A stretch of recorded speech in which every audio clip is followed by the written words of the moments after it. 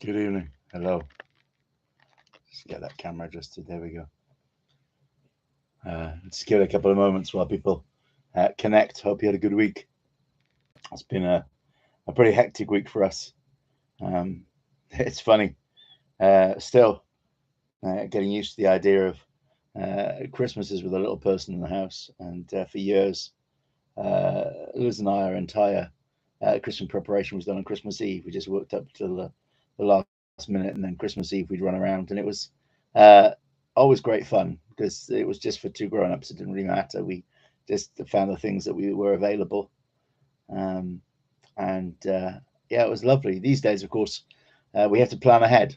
Um, One of the things we've committed to is making sure that Christmas never becomes a stressful thing, a sort of a performance for our little boys. So this last week we've been having deliveries and talk about first world problems. The first few deliveries you're excited, and because of my health, we have to quarantine everything, so it's a little bit more complicated than normal. But on one day last week, we had a delivery arrive, and there's a big sign up which asks people to put things on a table by the front door. There's a table out there that people can put stuff on, and then once they've gone, we can sort of mask and glove up and put our PPE on and spray it down and put it straight in the quarantine. But one of the delivery drivers uh, just seemed completely bewildered, and we sort of watched for a moment,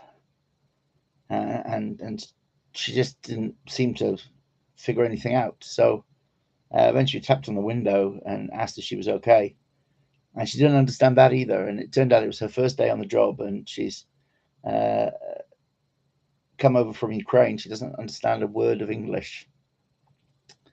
And so, with some sign language and a lot of smiles and pointing, she found her way to putting the parcel exactly where it needed to be. Did a great job and got about her day. For a little moment, though, there was this frustration because you could see someone that appeared to be ignoring the sign. And so the natural reaction was, oh, here we go. It was probably about our fourth delivery of the week. And we were just that sort of starting to get a bit stressed with the whole thing. Got me thinking, around about this time every year, I start getting things in my social media feeds or things sent to me in the church email with people getting very animated and quite upset, even confrontational about questions of how do you celebrate the festive season. And I say the festive season because they really are talking about so much more than what we will be celebrating as we celebrate the incarnation. And so, you've probably heard some of the arguments. People being offended because somebody says happy holidays to them instead of happy Christmas, or people upset because someone else is celebrating a different festival, um, a different a religious tradition, uh, and it can cause all sorts of aggravation. And then you've got all the precious commercialism. You've got people that are stressed because they're trying to keep up with the Joneses, and you've got other people who are stressed because they can see the damage being done, and people that are concerned about the planet are quite rightly questioning the massive excess that goes on at this time of year, and a consumer culture which is all about throwaway, short-term uh, goods, and so there's all of these different debates and arguments and causes of concern, and then of course there are those for whom all the advertising and all the uh, uh, social excitement is just a cause of great sadness because they can't, or they no longer want to celebrate. They've lost someone, and that's an experience for many families these years, or because they can't afford it and they feel the pressure of that, or they can't do the things that they think their children deserve, or there are also many reasons why this season is a really difficult season. And then of course you've got the people that are on the receiving end of so much of that stress and aggression, people working in retail and hospitality, people that are having to deal with customers that are stressed out day after day after day, our delivery folk. And I should say I have a huge amount of respect and affection for anyone who does deliveries on a regular basis.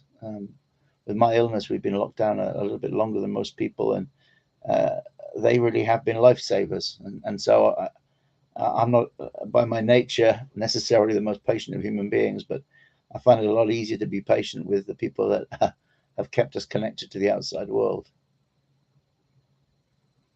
And so tonight, I want to talk about Christmas or the festive season or these next few weeks as we build up to what, for those that love Jesus, should be the most extraordinary experience of peace and joy as we consider the incarnation.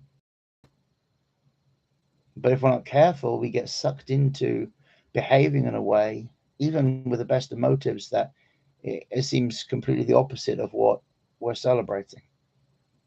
And so you might think I'm going to say, well, this is the Christmas we should celebrate, and this is the right thing. I'm not going to get into that. You see, the New Testament has this to say about how people who belong to God should behave. In fact, I believe it's how anybody should behave, but this is the truth that we believe. So here we go. Romans 12, 17, 18, and 19 says this: Repay no one evil for evil. Have regard for good things in the sight of all people. If it's possible, as much as depends on you, live peaceably with everyone. Beloved, do not avenge yourselves, but rather give place to wrath, for it is written, Vengeance is mine, I will repay, says the Lord. I want to focus in on that, verse 18. You could translate it like this: if it is in your power, if it is in your power, if it's within your ability at all, make peace with everyone. And in fact, the all or the every there is literally each and every one of every kind. You make peace. If you can, you make peace. If you can, you live in peace. If it's in your power. And so as we go into this season, and Harvest folk know this morning we were talking about what should be our testimony to people. How should we communicate, using the opportunity to tell people what we're celebrating and how much we are thrilled and in awe of the wonder and the grace of the incarnation and the power of God. There's one thing that I would say all of us should be praying for and seeking, is that this coming few weeks we would be kind, that we would be at peace, that we wouldn't respond in the way that perhaps sometimes we think people deserve. And so when things are stressful and people are behaving in a way that is getting your hackles up, you make peace. You make peace. And when people disappoint you, make peace. And when people try to get one over on you, or you find yourself in a situation where someone is trying to get their hands on something that you were hoping might be yours, make peace. Or when that delivery person does something stupid, or when your neighbors are a bit insensitive with a party, or whatever it might be, make peace in as much as it is in your power. And at that point, you might be saying, oh, well, it's not always in my power. But you see, the Bible has something to say about that as well. You see, the good news is that if you're in Christ, if you're someone who trusts in him, then it's not really your power that you're relying on anymore. You have access to his divine power. You have access to his ability and his righteousness. You have access to his kindness and his mercy and his love and his compassion. You have access to his resilience, his patience. What in the old King James used to be described as his long suffering. 2 Peter 1:3 says this: his divine power has given to us all things that pertain to life and godliness, through the knowledge of him who called us by glory and virtue. So when Paul writes, if it's in your power, if you have the ability, make peace. Tonight I want to tell you, you've got the ability. You have the power. And so when somebody says a greeting that isn't your greeting, or when it turns out that somebody is not celebrating the same thing that you are during these few weeks of the year, because there are other celebrations happening. It's not just the incarnation. There's what I would describe as the kind of traditional festive Christmas that a lot of people celebrate that has no real relationship with Jesus. There's all the things around solstice and all the midwinter celebrations. There's Hogmanay, New Year, and whatever other traditions. There are so many different faith traditions, and at this time of year they will be having their own celebrations. And instead of wading into a fight, it is in your power, so make peace. If somebody wishes you well, no matter what the context for that wish is, well, you just bless them in the name of the Lord. You just smile and treat them with kindness.